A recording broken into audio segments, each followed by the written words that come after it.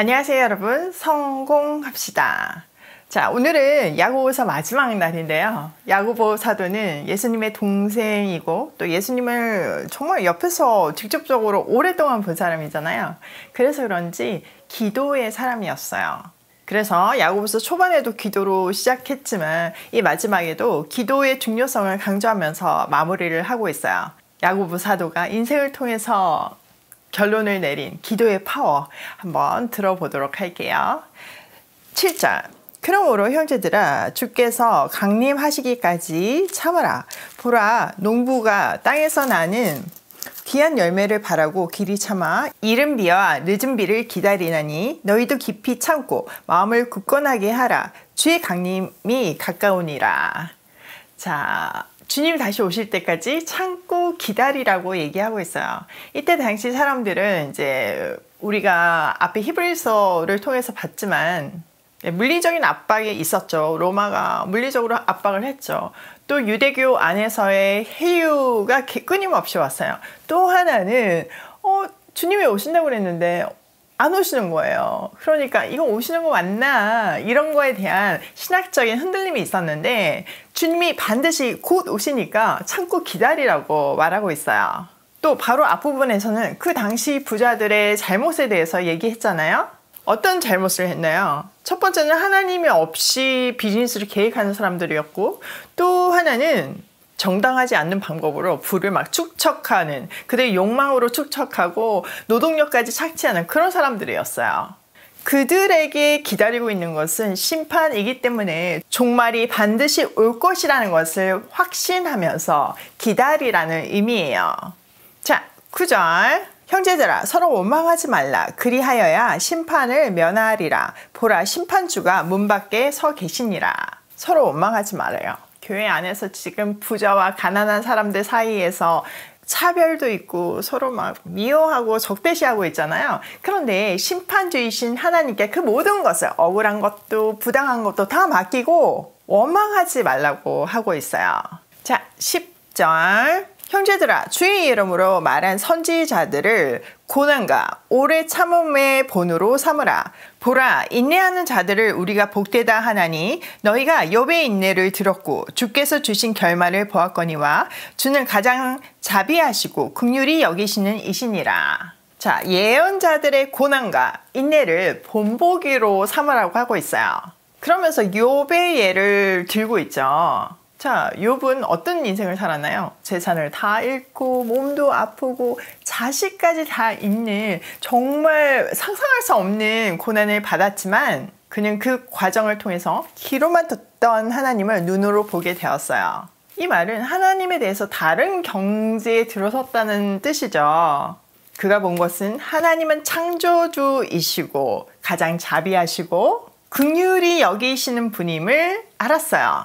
그리고 그의 인생 자체가 하나님의 자비와 긍휼을 입증하였죠. 자, 12절. 내 형제들아, 무엇보다도 맹세하지 말지니 하늘로나 땅으로나 다른 아무 것으로도 맹세하지 말고 오직 너희가 그렇다고 생각하는 것은 그렇다 하고 아니라고 생각하는 것은 아니라 하여 정죄받음을 면하라.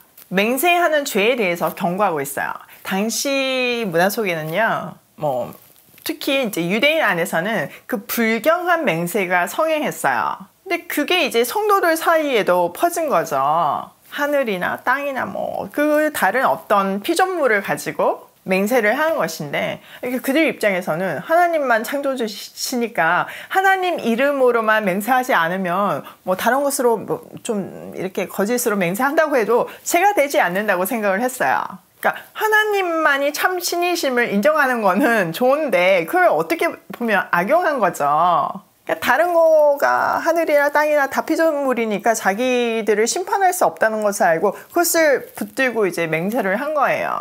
그러니까 이게 아닌데 제가 하나님을 걸고 맹세합니다. 이렇게 하면 이제 벌을 받잖아. 아닌 거 알면서 맹세했으니까. 근데 이거 아닌 거 알아요. 근데 그거를 제가 하늘을 두고 맹세하는데 이렇게 얘기하면 죄가 되지 않는다고 생각을 한 거예요. 그런데 야고보 사도는 yes, no 의사표시를 진실되게 하면서 거짓말을 하고 있다는 의심받는 행동 자체를 아예 하지 말라는 뜻이에요. 자, 13절. 너희 중에 고난 당하는 자가 있느냐? 그는 기도할 것이요. 즐거워하는 자가 있느냐? 그는 찬송할지니라. 자, 그리스도인들은요, 하나님의 섭리에 순종하고 순응하며 살아야 해요. 고난을 당할 수 있죠, 모두가. 그러면 거기서 벗어날 수 있는 지혜를 하나님께 구해야 하죠. 그게 순리예요.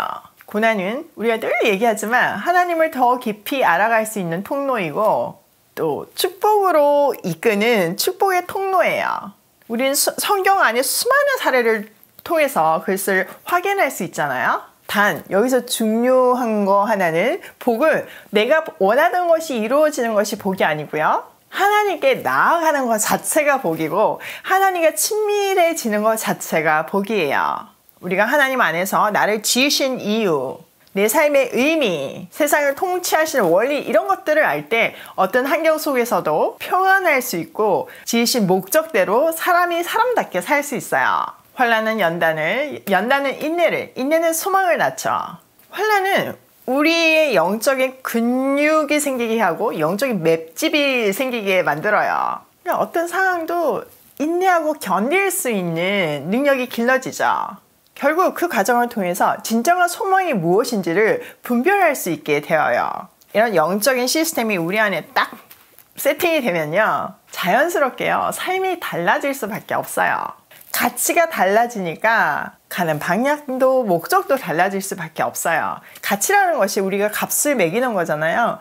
옛날에는 세상적인 명예, 부 이런 것에 가치를 매겼다면 지금은 하나님 말씀대로 사는 순종에 그게 얼마나 값진 것인지를 알게 될 때 우리는 다른 삶을 살 수 있죠. 자, 이어서 즐거운 사람은 찬송을 하래요. 사실 우리는요, 고난 중에서는 기도가 절로 나오는 편이에요. 그런데 정말 평안하고 행복할 때는 의외로 기도도 안 되고 찬송도 잘 안 돼요. 근데 그게 그냥 인간의 본성이에요. 그러니까 우리 상태가 이러니까 하나님이 고난을 줄 수밖에 없고 고난을 통해서 그나마 가까이 교제하시는 거예요. 그럼 고난 중에서 기도하는 영적인 실력이 쌓일 때 이 사람은 이제 평안한 가운데서도 기쁜 가운데서도 찬송할 수 있어요. 찬송도 기도잖아요. 저는 다윗에게 하나님이 붙여주신 수식어가 너무 마음에 드는데요. 하나님이 다윗에게 내 마음에 합한 자라고 말씀하셨잖아요. 다윗이 하나님은 하나님 마음에 쏙 드는 거였어요. 이게 너무 멋진 표현이죠. 또 사무엘하 23장에 보면요, 다윗의 마지막 말이라고 되어 있는데 거기에 자기에 대한 표현을 높이 세워진 자, 야곱의 하나님으로부터 기름 부은 자, 또 이스라엘의 노래 잘하는 자라고 평가하고 있어요. 자기 스스로를. 또 2절에 이어서 보면요, 여호와의 영이, 하나님의 영이 나를 통해서 말씀하신다 이렇게 표현하고 있거든요. 그 말씀이 내 혀에 있대요. 그러니까 말을 할 때마다 하나님이 주시는 말씀, 하나님 기뻐하시는 말씀을 한다는 고백인데, 물론 잘못도 많았죠. 그렇지만 그의 인생을 한번 주마등처럼 돌려보세요. 진짜 파란만장했죠. 작정하고 죽이려는 사울을 피해서 10년을 살았어요. 와, 그것도 끔찍한데 나중에 말년에는 이제 자기 아들한테 죽임을 당할 뻔하는 그런 사건들이 벌어지잖아요. 상상할 수 없는 아픔이에요. 그런 험난한 인생길을 통과하면서 그는 이스라엘의 노래하는 자가 되었어요. 그의 노래는 시편에 고스란히 남겨져 있죠. 그의 시편을 자세히 들여다보면 그의 인생이 하나님의 손에서 멋지게 연주되고 있음을 볼 수 있어요. 어떤 상황 속에서도 하나님 손에 온전히 붙들린 악기가 되어서 하나님을 증거하고 찬양하는 노래하는 자가 되었죠. 그런 경지에 우리도 이르길 소원해요. 우리 인생이 하나님 손에 들린 악기가 되어 하나님을 노래하는 인생이 된다는 거, 이거 생각만 해도 감격스럽지 않나요? 자, 이어지는 14절하고 15절은요, 병든 사람에 대한 이야기예요. 우선 14절부터 볼게요. 너희 중에 병든 자가 있느냐? 그는 교회의 장로들을 청할 것이요, 그들은 주의 이름으로 기름을 바르며 그를 위하여 기도할지니라. 이건 육체적인 병이 들었을 때 어떻게 해야 하는지에 대한 방법이죠. 교회 장로들을 불러서 기름을 부르고 함께 기도하래요. 여기서 기름을 바른다는 거는 약을 바른다는 뜻이거든요. 근데 공동체 안에서 함께 기도하라는 뜻이죠. 자, 15절도 보면 믿음의 기도는 병든 자를 구원하리니 주께서 그를 일으키시리라. 혹시 죄를 범하였을지라도 사함을 받으리라. 자, 이거는 문맥상 보면 육체적인 병이 아니라 영적인 병임을 알 수 있죠. 믿음으로 간절히 드리는 기도를 통해서 다시 일으킴을 받고 또 죄사함을 받을 수 있대요. 자, 16절. 그러므로 너희 죄를 서로 고백하며 병이 낫기를 위하여 서로 기도하라. 의인의 간구는 역사하는 힘이 큼이라. 엘리야는 우리와 성정이 같은 사람이로되 그가 비가 오지 않기를 간절히 기도한즉 3년 6개월 동안 땅에 비가 오지 아니하고 다시 기도하니 하늘이 비를 주고 땅이 열매를 맺었느니라. 자, 여기 보면요, 공동체의 기도를 아주 중요하게 말하고 있어요. 죄를 서로 고백하고 서로를 위해서 기도하래요.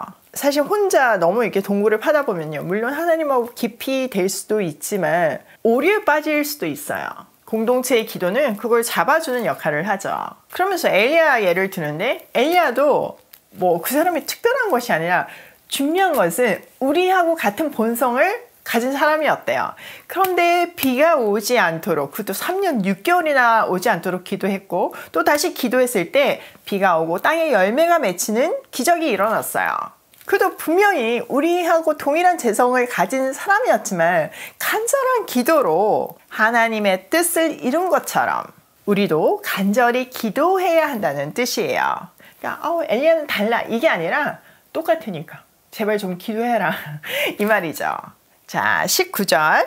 내 형제들아, 너희 중에 미혹되어 진리를 떠난 자를 누가 돌아서게 하면 너희가 알 것은 죄인을 미혹된 길에서 돌아서게 하는 자가 그의 영혼을 사망에서 구원할 것이며 허다한 죄를 덮을 것임이라. 마지막으로 영혼 구원에 힘을 내라고 권유하고 있어요. 그러니까 우리가 복음을 전하는 것은요, 기독교의 개종 정도가 아니에요. 그러니까 많은 사람들이 그렇게 생각을 하는데 사실 그게 아니에요. 더 큰 의미예요. 한 사람의 영혼을 죽음에서 구하는 일이에요. 이것은 죽은 후에 영원한 생명을 얻는 것은 당연한 거고, 일단 죽은 후에는 우리 눈으로 확인하지 못하잖아요. 그런데 그게 아니라 이 땅에서도 사람을 사람답게 살게 하는 것이 복음이라는 거죠. 미개한 나라에 뭐 사람을 잡아먹고 뭐 그 이상한 그 조언이나 이런 것들이 있는 나라에 복음이 들어갔을 때 그 악한 풍속들이 사라지고 사람이 사람답게 사는 경우를 우린 진짜 많이 보잖아요. 저는 개인적으로 하나님을 통해서 복음의 파워를 절절히 느끼고 있어요. 제가 만약에 하나님을 만나지 못했으면 하랑이는 우리 가족이 되지 못했을 거예요. 또 하랑이가 우리 가정에 온 것은 단순히 보육원에서 가정이라는 어떤 환경적인 차이뿐만 아니라 한 영혼이 새 생명을 얻는 거더라고요. 제가 다 오픈해서 얘기는 하지 못하지만 정말 그 메시지가 어마어마해요. 이 경험은요, 남은 제 인생에 제가 어떻게 살아야 하는지에 대해서 아주 중요한 디딤돌이 됐어요. 남은 인생 정말 영혼 구원을 위해서 집중하는 동력이 되었고요. 그러니까 지금 우리가 오이 패밀리에서 하고 있는 여러 가지 보육원 사역, 또 자립준비 청년들에 대한 사역도 결론은 영혼 구원이에요. 지금은 선물 주는 거, 밥 주는 거 이 정도인 것 같지만요, 하나님은 이 통로를 어마어마하게 그 영혼을 구원하는데 분명히 사용하실 거예요. 이 엄청난 하나님의 일에 우리가 동력자가 되기 위해서는 함께 합심해서 기도하며 함께 말씀을 묵상하며 우리에게 맡겨주신 그 영혼들을 잘 돌보아야 하는 거죠. 여러분, 뭐 아무리 우리가 대단한 사람이라 해도, 뭐 착하다고, 소위 착하다고 해도요, 한 영혼에, 내가 알지 못한 영혼에 대해서 잘해주는 거는 한계가 있어요. 근데 그걸 평생 할 수 있는 힘은요, 하나님으로부터 공급받지 않으면 절대 할 수 없어요. 자, 오늘 내용을 우리 삶에 한번 적용을 해보면, 첫 번째, 고난을 기도로 통과하자. 여러분, 다른 방법은 없습니다. 기도만이 고난을 통과할 수 있는 지도가 되고 고난을 통과할 수 있는 힘이 될 수 있어요. 기도를 통해서 많은 지혜를 얻어서 그 끝에서, 고난 끝에서 누릴 축복을 바라보며 견디기로 해요. 두 번째, 하나님의 악기로 살자. 어떤 상황 속에서도 그 악보를 보면 단조도 있고 장조도 있고 여러 가지 사인들이 있잖아요.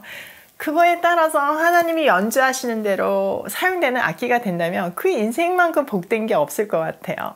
우리는 하나님의 악기임을 기억하면서 아름다운 연주를 하는 인생 되면 좋겠어요. 세 번째, 함께 기도하며 영혼을 구원하자. 오이 패밀리에게 주신 그 사명들을 기억하면서 함께 떨어져 있지만 함께 이렇게 말씀을 묵상하고 함께 기도하는 우리가 되기로 해요. 자, 이렇게 야고보서가 끝났는데요. 이제 베드로 전후서, 유다서만 끝나면 요한계시록이에요. 그러면 이제 성경이 한 권이 끝나는데 이 본문들을 통해서 만나게 될 하나님이 너무너무 기대되시죠? 저도 엄청 기대돼요. 베드로 전후서도 함께 해주세요. 오늘도 기도로 하루를 시작하며 또 기도로 마무리하길 소원하며 고싱해요.